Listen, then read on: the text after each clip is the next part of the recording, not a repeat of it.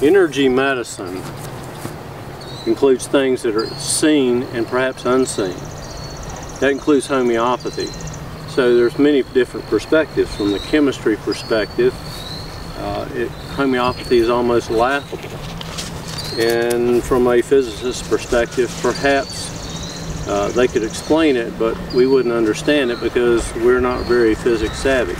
Homeopathy is where you take a plant or a mineral and perhaps something from an animal to make a remedy.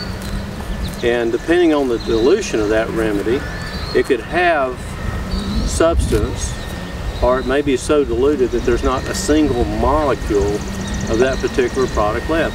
So what makes homeopathy and energy medicine so baffling? From a chemistry perspective, everything is made up of elements. We've got a storm brewing out here. We've got trees and rocks, and everything out here is made of elements from the periodic table and a combination of it. And the thing that makes them so different is the neutrons, protons, and electrons. It's electrical. The body is electric. You know, we can measure things like the EEG waves of the brain and the EKG electrical impulses of the heart. The things that we cannot measure or explain is when a bee stings us and that stinger may not contact a single nerve, and yet there's a complete wave of chemical reaction throughout the body, and this wave has an immediate effect. I can take this cell phone, this box, and I can talk into this box, and it goes to a tower, which goes to a satellite, that goes to another satellite, to a tower, and I can talk to someone across the world. But I cannot see my voice and the emotions in my voice passing through the air. How far does a radio wave go? How far does it reach? How far in space? It's amazing. If you look at a star and with the speed of light, how long does it take that message to get to our eyes?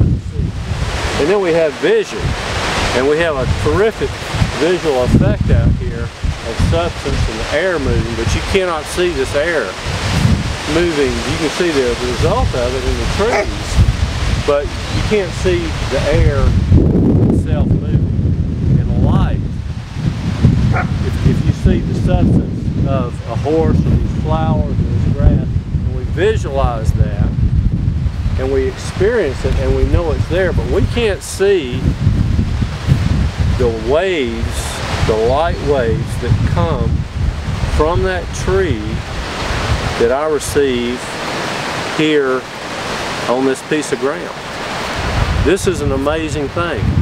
It's an experience, it's energy, it's how we relate to the world. If you're in a room full of people, and let's just say I'm a male, which I am, and I see an attractive young lady over there, and I start looking at her because I think she's attractive, and I'm focusing on her, and all of a sudden, for some reason, she's completely involved in a conversation, and she turns and she looks directly into my eyes. Of course, I'm going to go, oh, I really wasn't looking at you, but for some reason, she is going to look at me. The same thing might happen to you if you're in a room and you're talking to someone, and all of a sudden you just turn and you look and your eyes meet someone on the other side of the room. How does that happen? How does that energy, that focus of that person come to you? You know, sometimes you can be with people and they give you energy, they're encouraging, they're very positive, they're with you, and when you leave that experience, you just feel okay. And then on the other hand, there are times that you can be with an individual that just seems to, well, they just kind of suck the life out of you, so to speak, and when you're with them, you kind of go, oh gosh, did they take your energy? What happened there?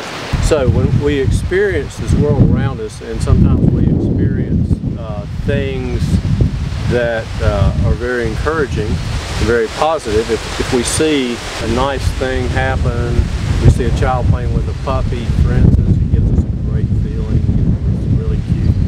and then maybe we see some injustice take place and it creates an ill feeling in our body. So